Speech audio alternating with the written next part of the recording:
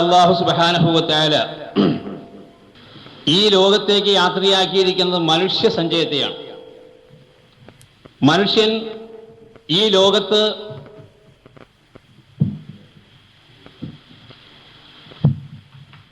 മനുഷ്യനിർമ്മിതമായ ധാരാളം മതങ്ങൾ ഉണ്ടാക്കി. മനുഷ്യനാണ് മതത്തിന് സ്ഥാനം കൽപ്പിച്ചത്. അല്ലാഹു സുബ്ഹാനഹു വ തആലയെ അനുസരിക്കുക എന്നുള്ള ഒരേ ഒരു അടിസ്ഥാനപരമായ വിശ്വാസം മാത്രമാണ് അള്ളാഹു മനുഷ്യനിലേക്ക് ആദ്യം കൊടുത്തത്. അത് ഒന്ന് മാത്രമേ ഈ ലോകത്തിനുള്ളൂ.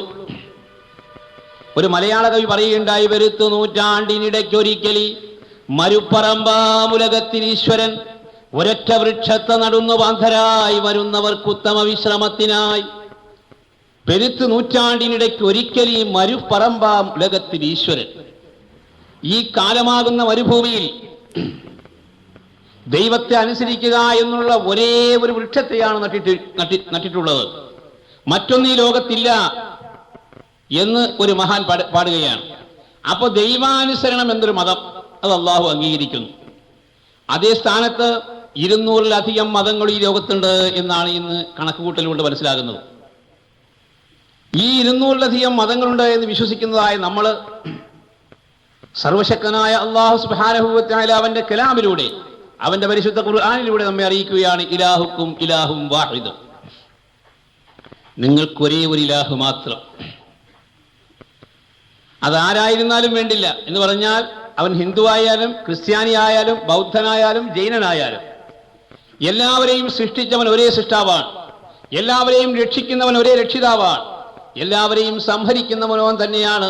നമ്മൾ റബ്ബുൽ ആലമീൻ എന്ന് പറയാറുണ്ട്. എന്താ അതിന്റെ അർത്ഥം? റബ്ബ് എന്ന് പറഞ്ഞാൽ ഈ റബ്ബിന്റെ വിവക്ഷ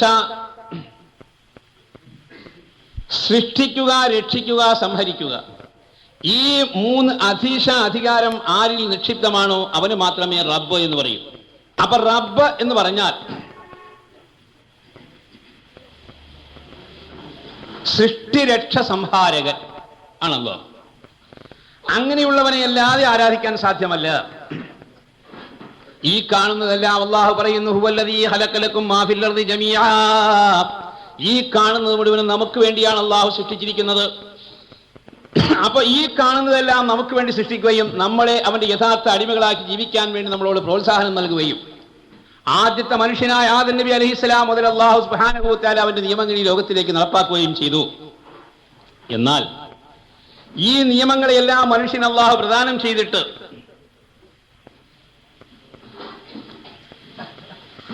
കാലോചിതമായ രീതിയിൽ, കാലങ്ങൾക്കനുസൃതമായ രീതിയിൽ പ്രവാചകന്മാരെ അല്ലാഹു ഈ ലോകത്തിലേക്ക് അയച്ചിട്ടുണ്ട്. ഇതൊരു മുസൽമാനെ സംബന്ധിച്ച് വിശ്വസിക്കൽ നിർബന്ധമാണ്. ബഹുമാനപ്പെട്ട പ്രവാചകന്മാര് അല്ലാഹു ഖുർആനിൽ വിവരിച്ചിട്ടുള്ളവരുണ്ട്, അല്ലേ? ഖുർആനിൽ വിവരിച്ച പ്രവാചകന്മാരെ നമുക്ക് കാണാം. ഹുമാദമുൻ ഇദ്രീസ് നൂഹുൻ ഹൂദ് മഅ സ്വാലിഹ് വ ഇബ്രാഹീം കുല്ലും മുത്തബിഅ ലൂത്തും വ ഇസ്മാഈൽ ഇസ്ഹാഖും കദാ യഅഖൂബ് യൂസുഫ് വ അയ്യൂബ് തദാ ശുഐബ് ഹാറൂനും വ മൂസാ വൽ യസഅ ദുൽകിഫ്ലി ദാവൂദ് സുലൈമാൻ തബിഅ ഇല്യാസ് യൂനുസ് സക്കരിയ യഹ്യാ ഈസാ വ താഹ ഹാതിമുൻ ദഅയ്യാ. ഇത് പ്രവാചകന്മാരുടെ പേരുകളാണ്. ഇത് ഖുർആനിൽ അല്ലാഹു പറഞ്ഞിട്ടുള്ളവരുടെ പേരുകൾ. ഈ ബൈത്തങ്ങ് നമ്മൾ പഠിച്ചാൽ ആ പ്രവാചകന്മാരുടെ പേര് നമ്മൾ പഠിച്ചു.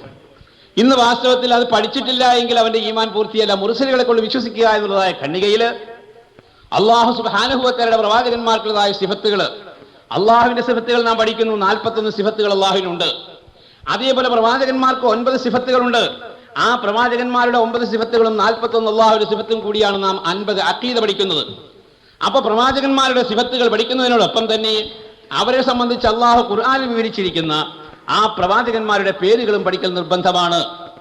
ഇന്ന് അത് മനസ്സിൽ ഉറപ്പിച്ചു വെച്ചിരിക്കുന്ന എത്ര മുസൽമാനുണ്ട് എന്ന് വിരലുകൊണ്ട് കണക്കുകൂട്ടേണ്ടി വരും. വളരെ മോശം. ഇന്ന് അതിന് പകരമായിട്ട് നമ്മുടെ കുട്ടികൾ പഠിക്കുന്ന പേരുകൾ ഏതാണെന്നറിയാം?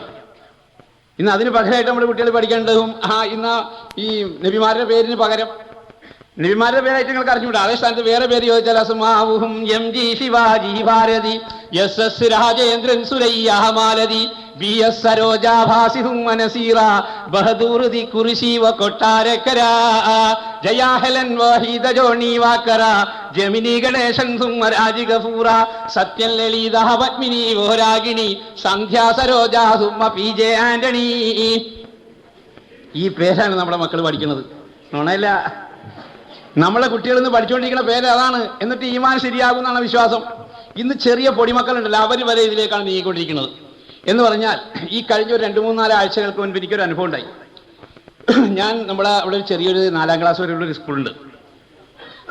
അപ്പോൾ അതിൻ്റെ ഒരു PTA പ്രസിഡൻ്റായിട്ട് ഒരു 5-6 കൊല്ലമായിട്ട് എന്നെയാണ് തിരഞ്ഞെടുത്തിരിക്കുന്നത്. എനിക്ക് പ്രസിഡന്റ് ആകാനുള്ള യോഗ്യത ഒന്നുമില്ല, എന്നാലും ആളുകളൊക്കെ കൂടി എന്നെയാണ് പ്രസിഡന്റാക്കി വെച്ചേക്കുന്നത്. അപ്പോൾ ഈ സ്കൂളിൽ എന്തെങ്കിലും കാര്യങ്ങൾ വന്നാൽ വ്യാഴാഴ്ച ദിവസമാണ് തീരുമാനിക്കൽ. അപ്പോൾ വ്യാഴാഴ്ച അവർ പറയും മൗലവിയുള്ള ദിവസം വ്യാഴാഴ്ചയാണ്, അതുകൊണ്ട് പ്രസിഡന്റ് ഉള്ള ദിവസം തീരുമാനിക്കാമെന്നൊക്കെ വെച്ചിട്ട് വ്യാഴാഴ്ച ദിവസം മീറ്റിംഗ് വെക്കും. അപ്പോൾ ഞാൻ വീട്ടിൽ വന്നു എന്ന് അറിഞ്ഞാൽ ഹെഡ് മാഷ് ആളെ അയക്കും, ഇങ്ങനെ ഒരു കാര്യമുണ്ടെന്ന് പറഞ്ഞു. എനിക്കൊരു ദിവസം ഹെഡ് മാഷ് ആളെ അയച്ചു. ഞാൻ അവിടെ ചെന്നപ്പോൾ 1ാം ക്ലാസ്സിൽ പഠിക്കുന്ന 2 കുട്ടികൾ, നമ്മുടെ മുസ്ലിം കുട്ടികളാണ്, അപ്പോൾ കളിക്കാൻ വിട്ടിരിക്കുന്ന കുട്ടികളാണ്. അപ്പം 1ാം ക്ലാസ്സിൽ പഠിക്കുന്ന കുട്ടികളാകുമ്പോൾ അവർക്ക് പല കളികളും ഉണ്ടാവില്ല. ഇപ്പം ഈ ആൺകുട്ടികൾ ആൺകുട്ടികളുടേതായ സ്വഭാവത്തിൽ കളിക്കും, പെൺകുട്ടികൾ പെൺകുട്ടികളുടെ സ്വഭാവത്തിൽ കളിക്കും. അപ്പം ഈ 2 ആൺകുട്ടികൾ എന്നിട്ട് ഒരുത്തൻ ഇങ്ങനെ നിൽക്കാം. അപ്പോൾ അവൻ പറയുന്നത് ഞാൻ മമ്മൂട്ടിയാണ്. ഈ മോനക്കുട്ടി മാറാത്ത മോനാണ് ഈ പറയണത്. മമ്മൂട്ടിയാണെന്ന്. മറ്റവൻ പറയുന്നത് ഞാൻ മോഹൻലാലാണെന്ന്. എങ്ങനെയുണ്ട്? ഇതാണ് കുട്ടികളുടെ ഹൃദയത്തിൽ ആദ്യം ഊട്ടി ഉറപ്പിക്കണത്. ശരിയാകുമോ നിങ്ങൾ ചിന്തിച്ചു നോക്കുക.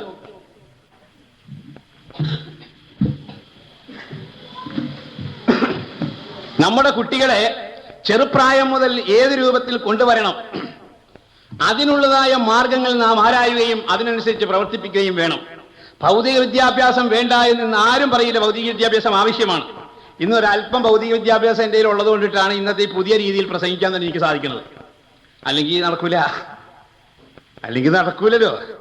പണ്ട് ഇങ്ങനെ എന്തോ ഒരു ഗതിയായിട്ടുള്ളൊരു 10ാം ക്ലാസ് വരെ പഠിച്ചുപോയി. അപ്പോൾ ആ ഒരു ഇതുകൊണ്ടിട്ടാണ് ഇന്ന് ഈ രൂപത്തിൽ എനിക്ക് നിങ്ങളുടെ മുമ്പിൽ കയറിക്കാൻ സാധിക്കണം. അതുകൊണ്ട് ഭൗതിക വിദ്യാഭ്യാസം വേണ്ട എന്ന് ഞങ്ങൾക്ക് അഭിപ്രായമില്ല. പക്ഷെ ഒരു കാര്യമുണ്ട്, ഭൗതിക വിദ്യാഭ്യാസം ഈ ലോകത്തേക്ക് മാത്രമുള്ളതാണെന്നും പാരത്രികമായ ഗുണം കരസ്ഥമാക്കണമെന്നുണ്ടെങ്കിൽ ആത്മീയ വിദ്യാഭ്യാസം ആവശ്യവുമാണ്. അപ്പൊ അതിന്റെ അടിസ്ഥാനത്തിൽ ഈ മഹാന്മാരായ ആളുകൾ നമ്മൾ ഇന്നിവിടെ പ്രതിപാദിക്കാൻ പോകുന്ന ബഹുമാനപ്പെട്ട പ്രവാചകൻ ഇബ്രാഹിം നബി അലൈഹിസ്സലാം. ഇബ്രാഹിം നബി അലൈഹിസ്സലാമിനെ പോലെയുള്ളതായ മഹാന്മാരായ ആളുകളുടെ ചരിത്രങ്ങളെല്ലാം നാം പഠിക്കുമ്പോൾ ആ പ്രവാചകന്മാർ എന്തിനു വേണ്ടി ഇവിടെ വന്നു എന്ന് നാം മനസ്സിലാക്കണം. ഏത് കാലഘട്ടത്തിലാണ് പ്രവാചകന്മാർ വരുന്നത് എന്ന് നാം നോക്കണം. ഇവിടെ ഓരോ കാലഘട്ടങ്ങൾ നോക്കാനുള്ള അല്ലാഹു സുബ്ഹാനഹു വ തആല ഓരോ കാലഘട്ടത്തിലേക്കും ഓരോ വർഗത്തിലേക്കും എല്ലാം പ്രവാചകന്മാരെ അയച്ചിട്ടുണ്ട്. എന്നാൽ വളരെയധികം മനുഷ്യൻ മോശമാകുന്ന കാലഘട്ടത്തിൽ അത് എല്ലാ വേദഗ്രന്ഥവും അങ്ങനെയാണ് പറയുന്നത്. ഇപ്പൊ ബൈബിളിൽ പറയുന്നില്ലേ, God send me to announce good news. God send me, ദൈവം എന്നെ അയച്ചിരിക്കുന്നു. ഈസാ നബി അലൈഹിസ്സലാം പറയുകയാണ്, ഗോഡ് സെൻഡ് മീ, ദൈവം എന്നെ അയച്ചിരിക്കുന്നു. എന്തിനു വേണ്ടി? ടു അനൗൺസ് ഗുഡ് ന്യൂസ്, ജനങ്ങൾക്ക് നല്ല കാര്യം ഉപദേശിച്ച് അവരെ സന്മാർഗികളാക്കി തീർക്കുവാൻ, ആ ദുർമാർഗത്തിൽ നിന്ന് ജനങ്ങളെ സന്മാർഗത്തിലേക്ക് കൊണ്ടുവരുവാനാണ് അല്ലാഹു സുബ്ഹാനഹു വ തആല എന്നെ അയച്ചിരിക്കുന്നത് എന്ന് ഈസാ നബി അലൈഹിസ്സലാം പറയുമ്പോൾ, ഭഗവത്ഗീതയിലേക്ക് നോക്കിയാൽ ഭഗവത്ഗീതയിൽ പറയുന്നുണ്ട്, പരിത്രാണായ സാധൂനാം വിനാശായ ചതുഷ്കൃതാം ധർമ്മ സംസ്ഥാപനാർത്ഥായ സംഭവാമി യുഗേ യുഗേ എന്ന് ഭഗവത്ഗീതയിൽ പറയണം. എന്താണ്? ജനങ്ങളെല്ലാവരും ദുഷിക്കുമ്പോൾ ആ ദുഷിച്ച ജനങ്ങളെ ഇല്ലായ്മ ചെയ്ത് ധർമ്മ സംസ്ഥാപനാർത്ഥായ, ധർമ്മം ഇവിടെ സുസ്ഥാപിതമാക്കുവാൻ വേണ്ടി, നിലനിർത്തുവാൻ വേണ്ടി, സംഭവാമി യുഗേ യുഗേ, യുഗം തോറും അവതാര പുരുഷന്മാരുണ്ടാകുന്നു എന്ന് ഹൈന്ദവ സുഹൃത്തുക്കൾ വിശ്വസിക്കുന്നു. അപ്പൊ ജനങ്ങൾ മോശമാകുമ്പോഴാണ് പ്രവാചകന്മാരിവിടെ വരുന്നത് എന്ന് വേദഗ്രന്ഥങ്ങൾ പറയുന്നു. പരിശുദ്ധ ഖുർആൻ പറയുകയാണ്, ഹുവല്ലദീ ബഅസ ഫിൽ ഉമ്മീന റസൂലൻ മിൻഹും യത്ലു അലൈഹിം ആയാതിഹി വയുസക്കീഹിം വയുഅല്ലിമുഹുൽ കിതാബ് വൽ ഹിക്മ വഇൻ കാനൂ മിൻ ഖബ്ലു ലഫീ ളലാലിൻ മുബീൻ. അല്ലാഹു പറയുകയാണ്, ഹുവല്ലദീ ബഅസ ഫിൽ ഉമ്മീന, ഉമ്മീയങ്ങളായ, ഉമ്മീയങ്ങൾ എന്ന് പറഞ്ഞാൽ നിരക്ഷര കുക്ഷികൾ എന്നാണ് അർത്ഥം. അറബികളെ സംബന്ധിച്ച് പരിപൂർണമായിട്ടും നിരക്ഷര കുക്ഷികൾ എന്ന് പറഞ്ഞുകൂടാ. അവര് അറബി സാഹിത്യം അതിന് ഉത്തുംഗ മേഖലയിൽ എത്തിയപ്പോഴാണല്ലോ അല്ലാഹു സുബ്ഹാനഹു വ തആല പരിശുദ്ധ ഖുർആൻ അവതരിപ്പിച്ചത്. അപ്പോ അറബി സാഹിത്യകാരന്മാർ ലോകത്തുണ്ട്. പക്ഷേ അവർ സംസ്കാര ശൂന്യരായിരുന്നു അറബികൾ. ആ കാലഘട്ടത്തിൽ സംസ്കാരം അവർക്കുണ്ടായിരുന്നില്ല. അവരുടെ മുൻപിൽ കാണുന്ന അവർ ചെയ്യുന്ന മുഴുവൻ ദുഷ്കൃത്യങ്ങളും നല്ലതാണെന്ന് ധരിക്കുക മാത്രമല്ല, അത് മേന്മയും പ്രൗഢിയുമായി നടിച്ചിരുന്നതായ കാലഘട്ടമായിരുന്നു. അവര് കള്ളുകുടി, വ്യഭിചാരം, ചൂതാട്ടം, അക്രമം, കൊള്ളരുതായ്മ, പെൺകുട്ടികളെ ജീവനോടുകൂടി കുഴിച്ചുമൂടുക എന്നുള്ള ആ ദുഷ്കൃത്യം വരെ ചെയ്തുകൊണ്ടിരുന്നതായ ഖുറൈശികള് സംസ്കാരമില്ലാത്തവരായിരുന്നു എന്നാണ് ചരിത്രം പറയുന്നത്. അതുകൊണ്ടിട്ടാണ് ആ കാലഘട്ടത്തെ ഡാർക്ക് ഏജ്, ഇരുണ്ട കാലഘട്ടം എന്ന് ലോകം വിശേഷിപ്പിക്കുന്നത്. ആ കാലഘട്ടത്തിൽ അല്ലാഹു സുബ്ഹാനഹു വ തആല പറയുന്നു, ഹുവല്ലദീ ബഅസ ഫിൽ ഉമ്മീയീന, സംസ്കാരശൂന്യരായ അതല്ലെങ്കിൽ നിരക്ഷര കുക്ഷികളായ, അവിടുത്തെ അർത്ഥം നിരക്ഷര കുക്ഷികളാണ്, അതായത് അക്ഷരാഭ്യാസമില്ലാത്ത ആ ഒരു വിഭാഗം ജനങ്ങളിൽ നിന്ന് ഒരു റസൂലിനെ യാത്രയാക്കിയവനാണ് അവൻ. എന്തിനാണ്? യത്ലുഅലൈഹിം ആയാതിഹി, അവർക്ക് അല്ലാഹുവിന്റെ ദൃഷ്ടാന്തങ്ങൾ എത്തിച്ചു കൊടുക്കുന്നതിനും വയുസക്കീഹിം, അവരെ സ്ഫുടം ചെയ്തെടുക്കുന്നതിനും. ഈ തസ്കിയത്ത് എന്ന് പറയുന്നത് വലിയൊരു സാധനമാണ്. തസ്കിയത്ത് എന്ന് പറഞ്ഞാൽ സംസ്കരണം. അതില്ലാതെ വന്നാൽ മനുഷ്യൻ അധപ്പതിച്ചു. ഇവിടെ മനുഷ്യന് തസ്കിയത്താണ് പ്രവാചകന്മാർ കൊടുത്തിരിക്കുന്നത്. അത് നമ്മുടെ മക്കൾക്ക് കൊടുക്കേണ്ട ഒരു സാധനമാണ്. വേണ്ട, നമ്മുടെ മക്കൾക്ക് കൊടുക്കണമെങ്കിൽ നമുക്ക് കിട്ടണം, എങ്കിലേ മക്കൾക്ക് കൊടുക്കാൻ പറ്റുള്ളൂ. പണ്ട് ഒരു അച്ഛനെ ഒരു മോനെ തല്ലി കഴിഞ്ഞപ്പോ മോൻ പറഞ്ഞു, അച്ഛൻ എന്തോരം തല്ലുവേണമെങ്കിലും തലിക്കും, എനിക്ക് ഇത്തിരി കുരുത്തം തന്നാ മതി എന്ന് പറഞ്ഞു. അപ്പൊ അച്ഛൻ പറഞ്ഞു, പൊന്നാര മോനെ, എനിക്കത് കിട്ടിയിട്ടില്ല, ഈ കുരുത്തം എന്ന് പറയുന്ന സാധനം പിന്നെ ഞാനെങ്ങനെ മോനിക്ക് തരിക? എന്റെ അച്ഛൻ്റെ കയ്യിൽ നിന്ന് എനിക്ക് കുരുത്തം കിട്ടിയെങ്കിലല്ലേ എനിക്ക് എന്റെ മോനിക്ക് കൊടുക്കാൻ പറ്റുള്ളൂ. എന്നതുപോലെ പ്രവാചകന്മാരുടെ ആ തസ്കിയത്ത് ആ മഹാന്മാരായ പ്രവാചകന്മാരിൽ നിന്നും ആ സാധാരണക്കാരായ നമ്മളിലേക്ക് വന്നാൽ നമ്മളിൽ നിന്ന് നമ്മുടെ സന്താനങ്ങൾ കൊടുക്കണം. ഈ തസ്കിയത്ത് എന്ന് പറയുന്നതായ സംസ്കരണം, അതാണ് അല്ലാഹു സുബ്ഹാനഹു വ തആല ഈ ലോകത്തിനെ ഈ ഉയർത്തിയത്. വയുസക്കീഹിം, കണ്ടോ, അവരെ സംസ്കാര സമ്പന്നരാക്കുവാൻ, അവരെ സംസ്കരിച്ചെടുക്കുവാൻ, അവരെ സ്ഫുടം ചെയ്തെടുക്കുവാൻ. വയുഅല്ലിമുഹുൽ കിതാബ്, അല്ലാഹുവിന്റെ ഗ്രന്ഥങ്ങൾ അവർക്ക് പഠിപ്പിച്ചു കൊടുക്കുന്നതിനും വേണ്ടി അവരിൽ നിന്ന് റസൂലിനെ യാത്രയാക്കിയവനാണ് അവൻ. അപ്പോൾ ആ ജനങ്ങൾ എങ്ങനെയുള്ളവരായിരുന്നു? ലഫീ ളലാലിൻ മുബീൻ, ജനങ്ങൾ പ്രത്യക്ഷമായ വഴികേടിലായിരുന്നു.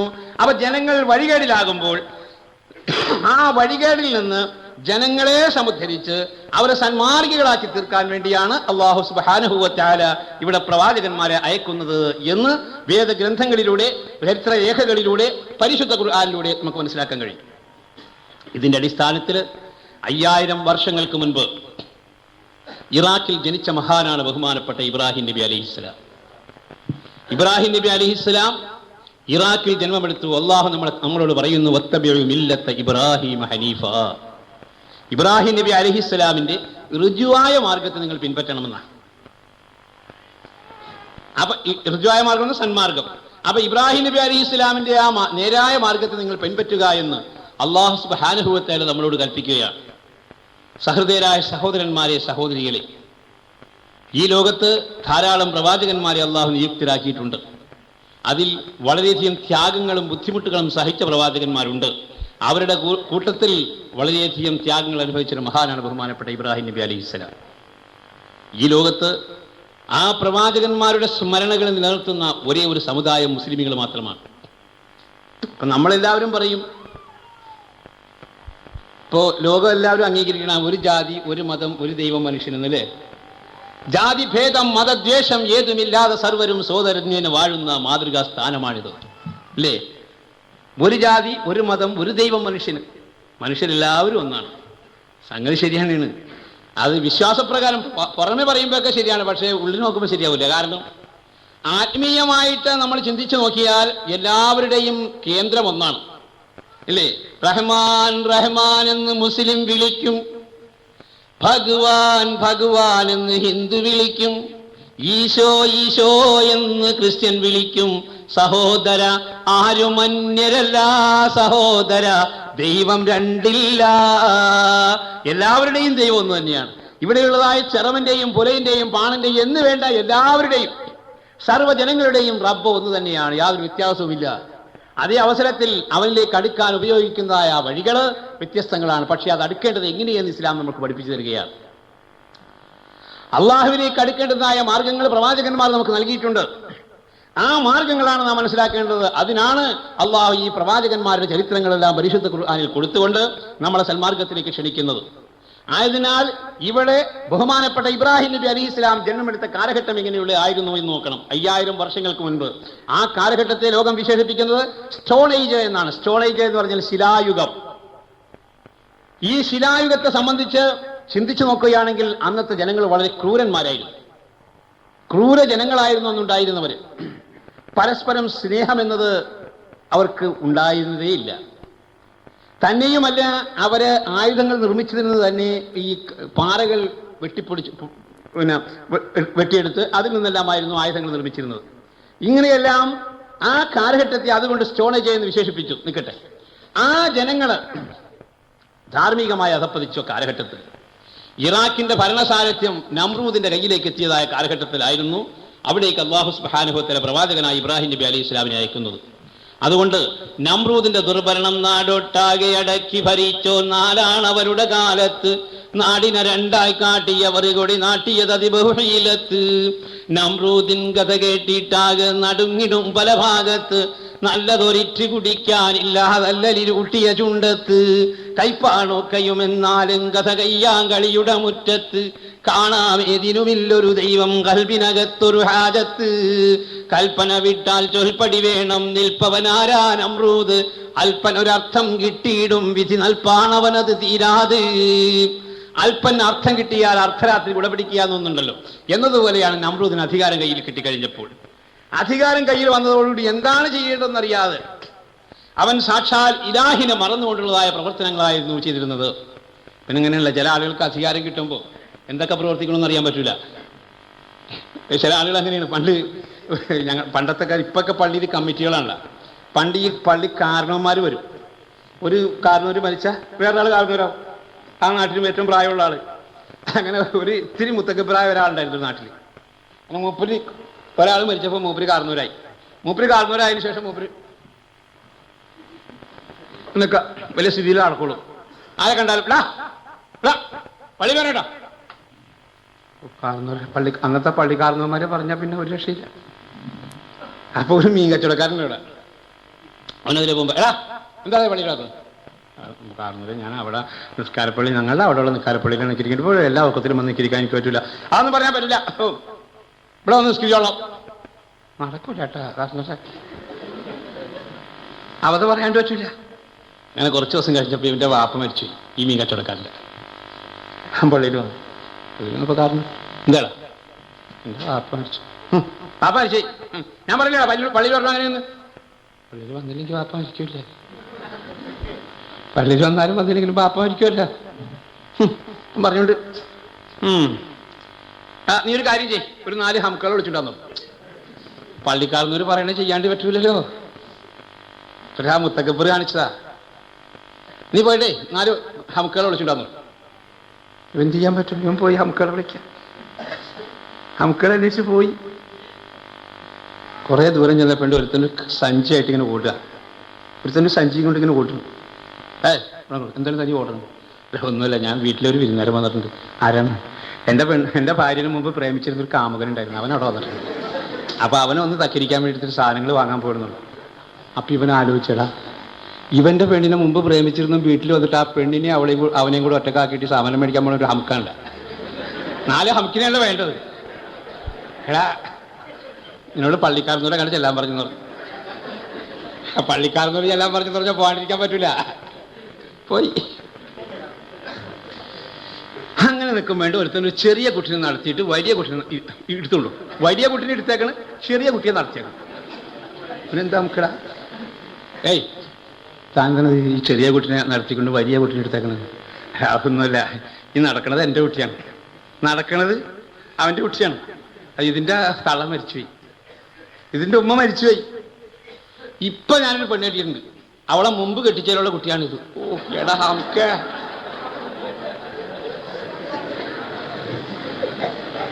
നിന്നോട് പള്ളിക്കാരനോട് ചെല്ലാൻ പറഞ്ഞു പറഞ്ഞു. പുറകെ മൂപ്പരും പോയി, പുറകെ മൂപ്പരും ചെന്ന്. അപ്പൊ 4 ആൾ വേണമെന്നല്ല പറഞ്ഞത്. ചെന്നപ്പോ എടാ 4 ആൾ വേണമെന്ന് പറഞ്ഞാൽ 2 ആളേ ഉള്ളൂ. കാരണം 4 ആളായല്ലോ. എവിടെ 4 ആള്? ഇവൻ അവൻ്റെ പെണ്ണുങ്ങളെ മുമ്പ് പ്രേമിച്ചിരുന്ന വീട്ടിൽ വന്നപ്പോൾ അവന് അവളെയും കൂടെ ഒറ്റക്കാക്കിയിട്ട് സാമാനം മേടിക്കാൻ പോയ നമുക്കാണ് ഇവനാണെങ്കിൽ ഇവൻ്റെ കെട്ടിയോൾ മരിച്ചപ്പോൾ അതിലൊരു ചെറിയ കുട്ടിയുണ്ട്.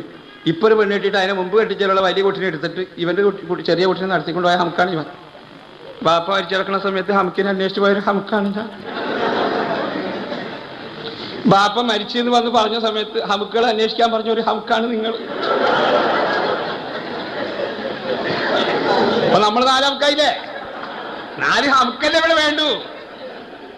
അപ്പൊ എന്നതുപോലെ ഇവൻ ഈ നമ്രൂദ എന്ന് പറയുന്നതായ ദുർമോഹി ആ ദുർഭരണത്തിന് കീഴിൽ നിന്ന് ചെയ്യേണ്ട എന്ത് കൃത്യമാണെന്നറിയാത്ത രൂപത്തില് അവൻ ഈ സാക്ഷാൽ ഇലാഹിയുള്ളതായ വിശ്വാസങ്ങൾ വരെ നല്ലതൊരിറ്റ് കുടിക്കാനില്ല, നല്ലലിരുട്ടിയ ചുണ്ടത്ത് നല്ലതിനു വേണ്ടി മനുഷ്യൻ ദാഹിക്കുന്ന ഒരവസ്ഥയിലേക്ക് എത്തിച്ചേർന്നു.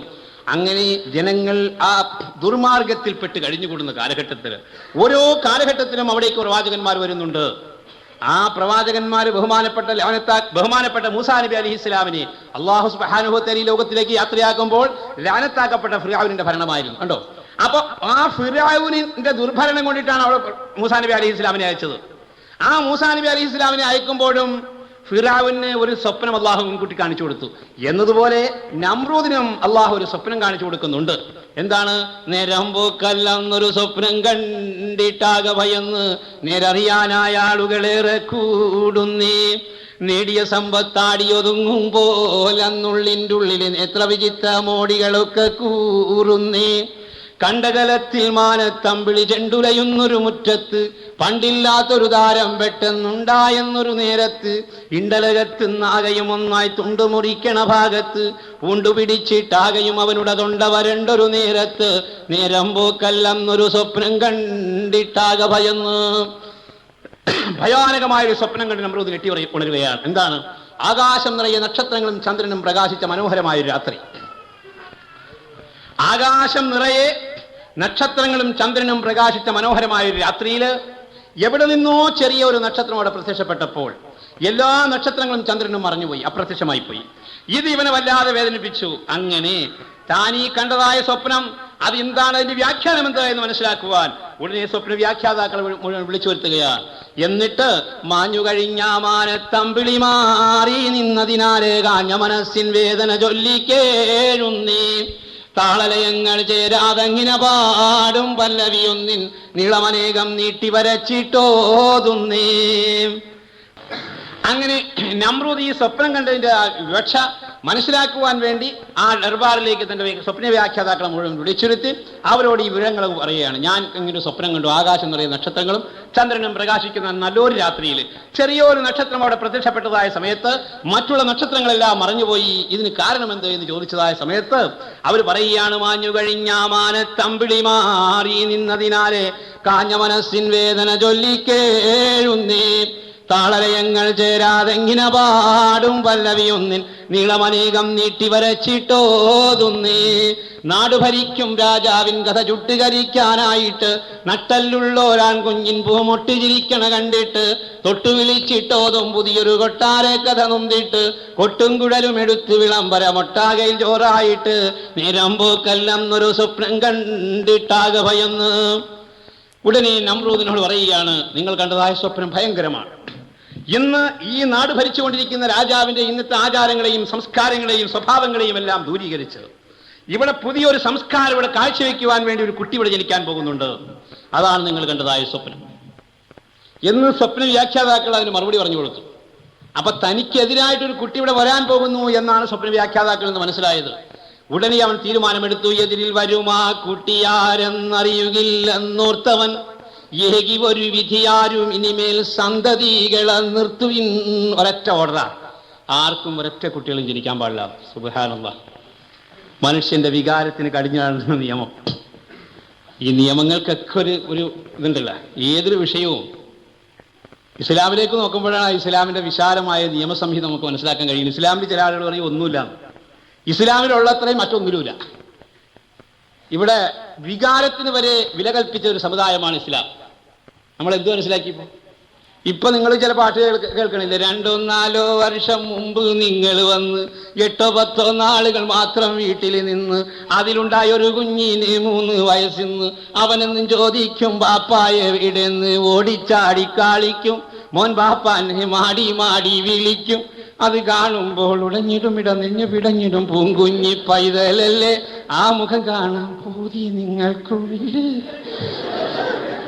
എന്ന ചില പാട്ടുകളൊക്കെ നിങ്ങൾ കേൾക്കാറുണ്ടല്ലേ?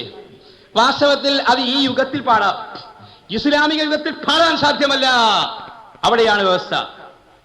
ഇസ്ലാമിക ഭരണകൂടമുള്ള ഒരു രാജ്യത്തും പാടാൻ സാധ്യമല്ല സഹോദരന്മാരെ. ഇസ്ലാമിന്റെ നിയമം അതാണ്. ഈ ലോകം ഭരിച്ചതിൽ നിന്ന് ഏറ്റവും നല്ല ഭരണകർത്താവ് എന്ന് ലോകം സംബന്ധിച്ച ബഹുമാനപ്പെട്ട ഉമർ ഫാറൂഖ് റളിയല്ലാഹു അൻഹു. Umar is A practical leader of A political administration of Islam. ഇസ്ലാമിന്റെ രാഷ്ട്രീയ സിദ്ധാന്തങ്ങളെ അതിന്റെ തനതായ രൂപത്തിൽ ഇവിടെ കാഴ്ചവെച്ച മഹാനാണ് ബഹുമാനപ്പെട്ട ഉമർ ഫാറൂഖ് റളിയല്ലാഹു അൻഹു എന്ന് ലോകം സമ്മതിച്ചു. ഈ ഭാരതത്തിന് സ്വാതന്ത്ര്യം കിട്ടിയതായ കാലഘട്ടത്തിൽ ബഹുമാനപ്പെട്ട പണ്ഡിറ്റ് ജവഹർലാൽ നെഹ്റു ഉൾക്കൊള്ളുന്ന ആ വലിയ സഭയിൽ വെച്ചുകൊണ്ട്, അതേപോലെ ഇവിടെയുള്ളതായ രാഷ്ട്രീയ നേതാക്കന്മാരുടെ മധ്യത്തിൽ നിന്നുകൊണ്ട് പാറ്റ്നയിൽ വെച്ച് മഹാത്മാഗാന്ധി പ്രഖ്യാപിച്ചു, ഇവിടെ യഥാർത്ഥത്തിൽ സമാധാന ഭരണം ആഗ്രഹിക്കുന്നുണ്ട് എങ്കിൽ ഉമറിന്റെ ഭരണം ഈ ഭാരതത്തിൽ വരണം എന്ന് ഈ ലോകത്തോട് പ്രഖ്യാപിച്ചു. കാരണം എന്താണ്? ഉമർ ഫാറൂഖ് റളിയല്ലാഹുവിന്റെ ഭരണം നീതിയുക്തമായിരുന്നു, ലോകം സമ്മതിച്ചതാണ്. അങ്ങനെയുള്ള നീതിയുക്തമായ ഭരണം ഈ ലോകത്ത് അങ്ങനെ ഒരു കുട്ടിയോട് പ്രസവിക്കാൻ സാധ്യമല്ല സഹോദര. അതാണല്ലോ ബഹുമാനപ്പെട്ട തഴവ മുഹമ്മദ് മുസ്ലിയാർ പറഞ്ഞില്ലേ, ഈ നീതിയുക്തമായ ഭരണത്തിലേക്ക് നാം കണ്ണോടിച്ചാൽ മഹാനവറുകൾ പറയുകയാണ്, ഭരണത്തിലെല്ലാം നീതി ചെയ്താൽ ഇന്ന് ദീർഘായുസതിനുണ്ടെന്ന് നബി പറയുന്നു. ചെയ്യുന്ന പക്ഷമനീതി എന്നാൽ പിന്നെ കബറൊന്നു വേഗം വെട്ടണം അതുതന്നെ. വഴിമധ്യ രാത്രിയിൽ കണ്ടടോ തൽഹത്തവർ ഫാറൂഖ് അമീറുൽ മുഅ്മിനീൻ സയ്യിദ് ഉമർ. തൽഹത്തിനെ കാണാതെ അമീർ കുതിക്കുന്നതായി, അറിയാതെ പിന്നിൽ തൽഹത്തും തുടരുന്നതായി. സുഹൃത്തുക്കളെ, ആലോചിച്ച് നോക്കണം. നീതിമാനായ ഉമർ ഫാറൂഖ് റളിയല്ലാഹുവിന്റെ ഭരണകാലം. മഹാനവറുകൾ ഈ രാത്രി സമയങ്ങളിൽ എല്ലായിടത്തും ഇങ്ങനെ നടക്കും. എന്തിനാണ്? തന്റെ പ്രജകള് വല്ല ബുദ്ധിമുട്ടും വിഷമം അനുഭവിക്കുന്നുണ്ടോ എന്നറിയാൻ. അങ്ങനെ ഒരു ദിവസം താനിങ്ങനെ രാത്രി പോകുമ്പോൾ വഴി മധ്യരാത്രിയിൽ കണ്ടടോ തൽഹത്തവർ ഫാറൂഖ് അമീറുൽ മുഅ്മിനീൻ സയ്യിദ് ഉമർ. ബഹുമാനപ്പെട്ട ഉമർ ഫാറൂഖ് റളിയല്ലാഹുവിന് രാത്രി ഇങ്ങനെ പോണത് തൽഹത്ത് റളിയല്ലാഹുവിന് കണ്ടു. അപ്പോ തൽഹത്ത് വിചാരിച്ച് എവിടേക്കാണ് ഉമർ പോണെന്ന് അറിയണമെന്ന് വിചാരിച്ചിട്ട് തൽഹത്തിനെ കാണാതെ അമീർ കുതിക്കുന്നതായി, അറിയാതെ പിന്നിൽ തൽഹത്തും തുടരുന്നതായി. ഉമർ ഫാറൂഖ് എന്നവർ പോയപ്പോ ഉമർ ഫാറൂഖ് എന്നവരുടെ പിന്നാലെ അറിയാതെ തൽഹത്ത് എന്നവരും കൂടി. അങ്ങനെ നടന്ന് ഉമർ ഫാറൂഖ് റളിയല്ലാഹു അൻഹു എന്ത് ചെയ്തെന്നറിയാമോ? വേഗം നടന്ന് കടന്ന അമീർ കുടിലൊന്നിലെ ഇത് ചള്ളു പണിയെന്നുള്ളിലും തൽഹത്തിലെ. രാത്രി പാതിരാ സമയത്ത് ബഹുമാനപ്പെട്ട ഉമർ ഫാറൂഖ് റളിയല്ലാഹു അൻഹു മഹാനവറുകള് ഇങ്ങനെ നടന്ന് ചെന്ന് കയറിയ ഒരു ചെറ്റപ്പുരയിലേക്കായിരുന്നു, ഒരു കുടിലേക്ക്. പച്ചപ്പാതിരാക്ക് ചെറ്റക്കുടിലേക്ക് കാരണം എന്തിനാണെന്ന് ഇപ്പൊ ഞാൻ പറയണു. ഇത് മനസ്സിലാക്കിയിട്ടാണ് തൽഹത്ത് റളിയല്ലാഹു അൻഹു ഇത് ചള്ളു പണിയെന്നുള്ളിലും തൽഹത്തിലെ. ഇവിടുത്തെ ഭരണകർത്താവാണല്ലോ ഇതൊരു ചള്ളു പണിയായി പോയി, മോശം പണിയായി പണി ചെയ്തത്. എങ്കിലും ഭവനം അതേതെന്നറിയുവാൻ തരമില്ല, അതിനാല തൽഹത്തെന്നതിൽ കടന്നില്ല. ഏത് വീടാണത് എന്ന് മനസ്സിലായില്ല. പക്ഷേ ഈ വീടിന് മനസ്സിലാക്കി വെച്ചുകൊണ്ട് തൽഹത്തെന്നവർ പോയി. നേരെ വെളുക്കട്ടെ, ഞാൻ നോക്കിയേക്കാം, മനസ്സിലാക്കിയേക്കാം ഇതാരാണ് ഇവിടെ ഉള്ളത് എന്ന് നാം മനസ്സിലാക്കാമെന്ന് കരുതിക്കൊണ്ട് അങ്ങനെ അതിരാവിലെ കാണുന്നതാ ശരിയെന്ന് ഓർത്തിട്ടുടൻ തൽഹത്തതാകര മടങ്ങുന്നു. നേരം പുലർന്നു വരുന്നടോ തൽഹത്ത് ചോദിച്ചുകൊണ്ട് കടന്ന് കുടിലിനകത്ത്. എന്താ നേരം വെളുത്തു, തൽഹത്ത് റളിയല്ലാഹു അൻഹു ആ വീട്ടിലേക്ക് വന്നു. അപ്പൊ ഒരു വീട്ടിലേക്ക് വരുമ്പോ ആ വീട്ടുകാരൻ സലാം ചെല്ലണമെന്ന് ഇസ്ലാമിന്റെ നിയമമുണ്ട്. ഏത്? നമ്മളങ്ങോട്ട് ഓടിച്ചിട്ട് എന്ന് പറയാണ്ട് കയറരുത്. ഒരു വീട്ടിലേക്ക് ഓടിയങ്ങോട്ട് കയറാൻ പാടില്ല. ഖുർആൻ എന്തൊക്കെയാണ് നമുക്ക് പഠിപ്പിച്ചേക്കണമെന്ന് അറിയാമോ? ഖുർആനിൽ പറഞ്ഞില്ലേ, യാ അയ്യുഹല്ലദീന ആമനൂ ലാ തദ്ഖുലൂ ബുയൂതൻ ഗൈറ ബുയൂതികും ഹത്താ തസ്തഅനിസു വതുസല്ലിമു അലാ അഹ്ലിഹാ. യാ അയ്യുഹല്ലദീന ആമനൂ, യേ സത്യവിശ്വാസികളെ, ലാ തദ്ഖുലൂ ബുയൂതൻ ഗൈറ ബുയൂതികും, നിങ്ങൾ നിങ്ങളുടേതല്ലാത്ത വീടുകളിലേക്ക് പ്രവേശിക്കരുത്. ഹത്താ തസ്തഅനിസു വതുസല്ലിമു അലാ അഹ്ലിഹാ, ആ വീട്ടുകാരന് സലാം ചൊല്ലിയിട്ടും വീട്ടുകാരന്റെ അനുവാദത്തോടും കൂടി അല്ലാതെ ഒരിക്കലും മറ്റൊരാളുടെ വീട്ടിലേക്ക് നാം പ്രവേശിക്കാൻ പാടില്ല. കണ്ട, ഇസ്ലാമിന്റെ നിയമമാണ് അതൊക്കെ. പക്ഷേ നമ്മളത് മനസ്സിലാക്കാനുണ്ട്. ഇത് നമ്മളിപ്പോ അങ്ങനെ പോവും, എന്തെങ്കിലുമൊക്കെ നമ്മൾ നിയമമൊന്നും നോക്കിയിട്ടല്ല ജീവിക്കണത്. മഹാന്മാര് ഭയപ്പെട്ടിരുന്നു. കണ്ടാ, അള്ളാഹുവിന്റെ ആ ആയത്തുകളില് ഭയപ്പെട്ട മഹാന്മാരായിരുന്നു. ലോകം കിടുകിടാ വിറപ്പിച്ച ഉമറുൽ ഫാറൂഖ് റളിയല്ലാഹു അൻഹു പരിശുദ്ധ ഖുർആനിന് മുമ്പിൽ വിറച്ചതായ സംഭവം നമുക്ക് കാണാം. എന്താണ്? ഈ ആയത്ത് തന്നെയാണ് കാരണം. ബഹുമാനപ്പെട്ട ഉമറുൽ ഫാറൂഖ് റളിയല്ലാഹു അൻഹു ഒരു ദിവസം ഇങ്ങനെ വഴിയിൽ കൂടി പോകുന്നതായ സമയത്ത് ഈ ആരുടെയും വീട്ടിലേക്ക് അനുവാദമില്ലാതെ കയറാൻ പാടില്ല എന്നല്ല ഖുർആൻ പറയുന്നത്. പക്ഷേ മൂപ്പര് ഭരണകർത്താവാണ്. അനുവാദമില്ലാതെ കിടക്കരുതെങ്ങുമേ, അനർത്ഥങ്ങളും ദോഷങ്ങളും വന്നെത്തുമേ, ഒളിച്ചുള്ള നോട്ടം കേൾവിയും അന്യായമാ, വലാ തജസ്സസു ഇലാഹിൻ വാക്യമാ. ഒരു വീട്ടിൽ പല കാര്യങ്ങളുണ്ടാകും. നമ്മൾ അവിടെ ചെന്നിട്ട് അവിടുത്തെ ഒരു രഹസ്യങ്ങളും അന്വേഷിക്കാൻ പോകരുത്. വലാ തജസ്സസു, നിങ്ങൾ അവിടെ ചുഴിഞ്ഞന്വേഷിക്കരുത്. കണ്ടാ, നമ്മളൊറ്റക്ക് പോയി എന്നിട്ട് ആ വീടിൻ്റെ ഉള്ളിൽ എന്തൊക്കെ നടക്കണമെന്ന് പറഞ്ഞിരിക്കുന്നു, അതല്ല, അതൊക്കെ ഇസ്ലാമിൽ വളരെ തെറ്റായ കാര്യമാണ്. ഊത്തുൽ ബുയൂത്തമിൻ അബുവാബിഹ, ഒരു വീട്ടിലേക്ക് ചെല്ലുമ്പോൾ ആ വീടിന്റെ നേരെയുള്ള വഴിയിൽ കൂടി ചെല്ലണം. ഇങ്ങനെയൊക്കെ 2-3 നിയമങ്ങളുണ്ട് ഇസ്ലാമിലെ. ഒരു അന്യ വീട്ടിലേക്ക് നമ്മൾ ചെല്ലണേന്, ഇതൊക്കെ ഇസ്ലാമിന്റെ നിയമങ്ങളാണ്. അങ്ങനെ ഒരു ദിവസം ഉമറുൽ ഫാറൂഖ് റളിയല്ലാഹു അൻഹു വഴിയും കൂടി ഇങ്ങനെ പോകുമ്പോൾ രാത്രി ഒരുത്തൻ അങ്ങനെ അനുവാദമില്ലാതെ കിടക്കരുതെങ്ങുമേ, അനർത്ഥങ്ങളും ദോഷങ്ങളും കണ്ട് വന്നെത്തുമേ, ഒളിച്ചുള്ള നോട്ടം കേൾവിയും അന്യായമാ, വലാ തജസ്സസു ഇലാഹിൻ വാക്യമാ. ശരിയായ വഴിയിൽ കൂടി വേണം ചെല്ലുവാൻ, അല്ലാതെ ചെന്നാലിടവരും ക്ലേശിക്കുവാൻ. ഫാറൂഖുനാ സയ്യിദ് ഉമർ തൻ നാട്ടിൽ വഴിമധ്യ നിന്നൊരു പാട്ട് കേട്ടൊരു വീട്ടിൽ. ഒരു ദിവസം ഉമറുൽ ഫാറൂഖ് റളിയല്ലാഹു അൻഹു ഇങ്ങനെ പോകുമ്പോൾ ഒരു വീട്ടിൽ നിന്നൊരു പാട്ട് കേൾക്കുന്നു. പാട്ടത്ര പന്തിയായിട്ട് തോന്നിയില്ല മൂപ്പർക്ക്. വീടിന്റെ അകത്തുനിന്നാണ് പാട്ട്. പക്ഷെ പാട്ട് പുറത്തുനിന്ന് കേട്ടപ്പോ ഉമറുൽ ഫാറൂഖിന് പാട്ട് പാടിയ ആളെ പറ്റി ഒരു വിഷമം. എന്താണ്? സാധാരണ ആളുകൾ പാടുമ്പോൾ നല്ല നല്ല പാട്ടുകളൊക്കെ പാടും. ഇപ്പൊ ചില ആളുകൾ പാടും, സ്വർഗത്തിൽ ഞാനൊരു മുറിയെടുത്തു, ദുഃഖങ്ങൾക്കിന്നു ഞാൻ അവധി കൊടുത്തു എന്ന് പറഞ്ഞാൽ ശരിക്ക് ഡോസ. സ്വർഗത്തിന് മുറിയെടുക്കണമെങ്കിലും ദുഃഖങ്ങൾക്ക് അവധി കൊടുക്കണമെങ്കിലും ഉണ്ടല്ല തലക്ക്. ഇതുപോലെ ഒരു പാട്ടാ കേട്ടത്. ആ പാട്ട് കേട്ടില്ല കേട്ടോ, ആ പാട്ട് അന്നില്ലല്ലോ. ഇതേപോലെ ഒരു പാട്ടങ്ങ് ഉമറുൽ ഫാറൂഖ് കേൾക്കുകയാണ്. ഇത് കേട്ട മാത്രമേ താൻ ആലോചിച്ചു, തന്റെ നാട്ടിലൊരു മദ്യപാനിയും, തന്റെ നാട്ടിലൊരു മദ്യപാനി ഉണ്ടോ എന്നുള്ളതായ വിഷമം ഉമറുൽ ഫാറൂഖ് റളിയല്ലാഹു അൻഹു ചിന്തിച്ച് നോക്കുമ്പോൾ ഗേറ്റ് അടച്ചിരിക്കാം. വേഗം മതിലിന്റെ മീതെ ചാടിതാൻ അന്നേരം, കതകിന്റെ പഴുതിൽ കൂടി നോക്കുന്നേരം, കള്ളൻ കുടിച്ച് രസിച്ചുകൊണ്ട് ആ പാട്ട് ഉടനെ പറഞ്ഞു തുറക്കടാ നീ പൂട്ട്.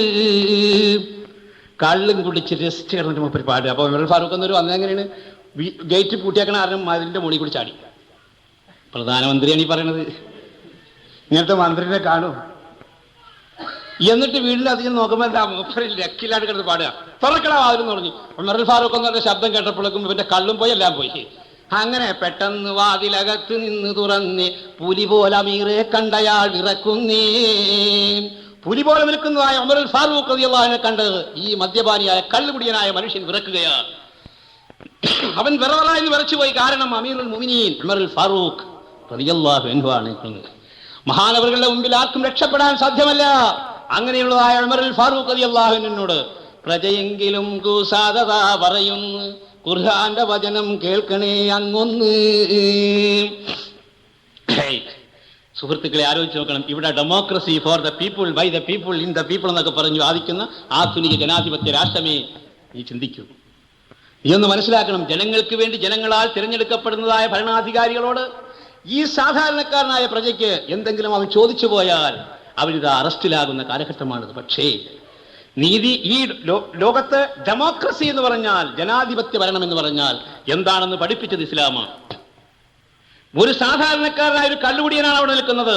നീതിമാനായ ഉമറുൽ ഫാറൂഖ് റളിയല്ലാഹു അൻഹുവിനോട് ഈ കള്ളുകുടിയൻ പറയുകയാണ്, പ്രജയെങ്കിലും കൂസാദത പറയുന്നു, ഖുർആന്റെ നിയമം കേൾക്കമീറേ ഒന്ന്. അവിടെ നിന്നോട് കാര്യം എനിക്ക് പറയാനുണ്ട്. ഞാൻ അവിടുത്തെ കള്ളു കുടിച്ചു പോയി, തെറ്റാണ്. ഒരു തെറ്റ് മാത്രം ചെയ്തു പോയി ഞാൻ തങ്ങളെ, 3 എണ്ണമുണ്ട് തെറ്റ് പറയാൻ നിങ്ങളെ. ആരാ പറയുന്നത്? ഉമറുൽ ഫാറൂഖ് റളിയല്ലാഹു അൻഹുവിനോട് ഈ സാധാരണക്കാരനായ കള്ളുകുടിയൻ പറയുകയാണ്, മഹാനവർ നിങ്ങൾ പറയുന്നത് ശരിയാണ്, ഞാൻ കള്ളു കുടിച്ചു, തെറ്റാണ്, മേലത് ചെയ്യില്ല, ആവർത്തിക്കില്ല, ഇനി എന്നിൽ നിന്ന് ആ തെറ്റ് സംഭവിക്കില്ല. ഖുർആനെതിരാണ് ഞാൻ ചെയ്തത്, സമ്മതിക്കാം. പക്ഷേ അതേ ഖുർആനെതിരെ നിങ്ങൾ ചെയ്തു പോയി. ഒരു തെറ്റ് മാത്രം ചെയ്തു പോയി ഞാൻ തങ്ങളെ, 3 എണ്ണമുണ്ട് തെറ്റ് പറയാൻ നിങ്ങളെ. പ്രസവം കാണാൻ പോയ പെണ്ണി ഇരട്ട പറ്റുമെന്ന് പറഞ്ഞ മാതിരി. ഏത് ഇവിടെ കേസ് പിടിക്കാൻ പോയ ആളുടെ പേരിൽ 3 കേസാ. എന്താണ്? ഒന്നാമത്തെ കേസ് പറയുന്നു, അനുവാദമില്ലാതിവിടമിൽ കടന്നൊന്ന്. എന്റെ വീട്ടിലേക്ക് വരാൻ നിങ്ങൾക്ക് അനുവാദമുണ്ടോ? ഖുർആൻ പറയുന്നു, യാ അയ്യുഹല്ലദീന ആമനൂ ലാ തദ്ഖുലൂ ബുയൂതൻ ഗൈറ ബുയൂതികും ഹത്താ തസ്തഅനിസൂ വതുസല്ലിമൂ അലാ അഹ്ലിഹാ. ഒരു ഒരുത്തന്റെ വീട്ടിലേക്ക് കയറി ചെല്ലുമ്പോൾ ആ വീട്ടുകാരന് അനുവാദം വേണം, ആ വീട്ടുകാരന് സലാം ചെല്ലണം. ഇത് രണ്ടും നിങ്ങൾ ചെയ്തിട്ടില്ല. മതിലിന്റെ മീതെ ചാടി നിങ്ങൾ വന്ന് രണ്ടാമത്തെ തെറ്റ്, ബുത്തുൽ ബുയൂത മിൻ അബ്വാബിഹാ. ഒരു വീട്ടിലേക്ക് വരുമ്പോൾ നേരെയുള്ള വഴി കൂടി വരണം, മതിൽ ചാടിയും പേരി ചാടിയും വരരുത്. കണ്ട, നിങ്ങൾ ചെയ്തിരിക്കുന്നതായ രണ്ടാമത്തെ തെറ്റതാണ്. മൂന്നാമതായിട്ട് വലാ തജസ്സസൂ, കതകിന്റെ പഴുതിൽ കൂടി നോക്കി. 3, ഇത് ന്യായമാണോ തങ്ങളെ പറഞ്ഞു കുടുങ്ങിയ സുഹൃത്തുക്കളെ ആലോചിച്ച് നോക്കണം. വിഹർബിൽ ഉമർ വിളിച്ചിട്ടതാ പറയുന്നു. അതാണ് ഖുർആന്റെ മഹത്വം. പരിശുദ്ധ ഖുർആൻ വാക്യം ഓതിക്കൊണ്ട് ഈ പാവപ്പെട്ട ഈ സാധുവായ ഒരുപക്ഷെ മദ്യപിച്ചിരിക്കുക, ആ മദ്യപാനിയായ മനുഷ്യൻ ഉമർ ഫാറൂഖ് എന്നിവരോട് പറഞ്ഞപ്പോൾ വിയർപ്പിൽ ഉമർ കുളിച്ചിട്ടതാ പറയുന്നു, സഖിയേ എനിക്ക് വെറുക്കണേ ഇന്നൊന്ന്, അങ്ങനെ എനിക്ക് മാപ്പ് ചെയ്യണമെന്നാണ് ബഹുമാനപ്പെട്ട ഉമർ ഫാറൂഖ് റളിയല്ലാഹു അൻഹു പറഞ്ഞത്. ഇങ്ങനത്തെ ഒരു ഭരണകർത്താവിനെ ലോകം കാണൂ സഹോദരന്മാരെ. അങ്ങനത്തെ നീതിയുക്തമായ ഭരണം നടത്തുന്ന ബഹുമാനപ്പെട്ട ഉമർ ഫാറൂഖ് റളിയല്ലാഹു അൻഹുവിന്റെ കാലം. അങ്ങനെ മഹാനവറുകൾ ഈ വീട്ടിനുള്ളിലേക്ക് പോയല്ലോ, രാത്രി പോയല്ലോ. അപ്പൊ തൽഹത്ത് എന്നവർ ഇതേപോലെ ചോദിച്ചുകൊണ്ട് കിടക്കണം പിറ്റേ ദിവസം രാവിലെ. അങ്ങനെ അതിനാൽ നേരം പുലർന്നു വരുന്നടോ തൽഹത്ത്, ചോദിച്ചു കൊണ്ട് കടന്ന് കുടിലിനകത്ത്. അങ്ങനെ ചോദിച്ചിട്ട് വേഗം കുടിലിനകത്തേക്ക് ചെന്ന് നോക്കുമ്പോ എന്താ, മൂപ്പര് വിചാരിച്ചെന്താണ്, ഇവിടെ നല്ല സുന്ദരികളായ പെൺകുട്ടികൾ ഉണ്ടാകും. അതാണ് ഉമർ ഫാറൂഖ് എന്നവർ വന്നതൊക്കെയാണ് തലേദിവസം കരുതിയത്, മനസ്സിലായി. പക്ഷെ ഇവിടെ വന്ന് നോക്കുമ്പോൾ എന്താണ്, പനനാര് കൊണ്ട് വരിഞ്ഞു കോർത്തൊരു കട്ടിൽ, പഴമുണ്ട് മൂടിയ കിഴവി രോഗമിലുണ്ടതിൽ. പനനാര് കൊണ്ട് വലിഞ്ഞു കെട്ടി ഉണ്ടാക്കിയതായ ഒരു കട്ടില്, അതിന്മേൽ ഒരു പഴയ മുണ്ടും പുതച്ച് കിടക്കുന്ന ഒരു കിഴവിയാണ് ബഹുമാനപ്പെട്ട തൽഹത്ത് റളിയല്ലാഹു അൻഹു കണ്ടത്. അങ്ങനെ ആ കിഴവിയുടെ അടുത്തേക്ക് ചെന്നിട്ട് ചോദിക്കുകയാണ്, നിങ്ങൾക്ക് സേവനം ചെയ്യുവാൻ ആരുണ്ട്? അല്ല തള്ളേ, നിങ്ങൾക്ക് ആരും ഇല്ല ഇവിടെ, ഞാൻ ആരെയും ഇവിടെ കാണില്ലല്ലോ. നിങ്ങൾക്ക് സേവനം ചെയ്യുവാൻ ആരുണ്ട്? അതിനുത്തരം എനിക്കെന്റെ സൃഷ്ടാവുണ്ട്. എന്നെ സൃഷ്ടിച്ചതായ റബ്ബല്ലാതെ എനിക്കാരും ഒരു സഹായത്തിന് എന്ന് പറഞ്ഞുകൊണ്ട് കണ്ണുനീരോടുകൂടി ആ സ്ത്രീ പറയുകയാണ്, രോഗത്തിലായി കിടപ്പായ നാൾ മുതൽ ഇന്നും ആരോ ഒരാൾ വരും രാത്രിയിൽ അടുത്തെന്നും. ഞാൻ രോഗിയായി കിടക്കുന്നതായ അന്നു മുതൽ എല്ലാ ദിവസവും രാത്രി എൻ്റെ അടുത്തേക്ക് ഒരാൾ വരാറുണ്ട്. തന്നെയുമല്ല, അദ്ദേഹം വന്നിട്ട് ചെയ്യുന്നത് എന്താണ്, കാഷ്ടിച്ച ചട്ടിയെടുത്തവർ നീക്കുന്നതാ, ശുദ്ധീകരിച്ചത് പിന്നെയും വെക്കുന്നതാ. ഞാൻ കാഷ്ടിച്ച് മൂത്രിച്ച് വെച്ചിരിക്കുന്നതെല്ലാം എടുത്ത് ദൂരെ കൊണ്ടുപോയി കളഞ്ഞ് വൃത്തിയാക്കി അത് വേണ്ട ആദ്യം അത് കൊണ്ടുവന്ന് വെക്കും. തന്നെയുമല്ല, സന്തോഷമുള്ള കലാമുകൾ പറയുന്നതാ, സന്താപമെല്ലാം തീർക്കുവാനുതകുന്നതാ. എന്നോട് നല്ല നല്ല വാക്കുകൾ പറയുകയും എന്നെ വൃത്തിയാക്കി കിടത്തുകയും എനിക്ക് വേണ്ടുന്ന എല്ലാ ഒത്താശകളും ചെയ്തുകൊണ്ട് രാത്രിയിൽ ഒരു മനുഷ്യൻ വരാറുണ്ട്. കൂടാതെ പൊതിയൊന്നഴിച്ചവർ ഭക്ഷണം നൽകുന്നതാ, സുബ്ഹാന റബ്ബി തൽക്ഷണം മടങ്ങുന്നതാ.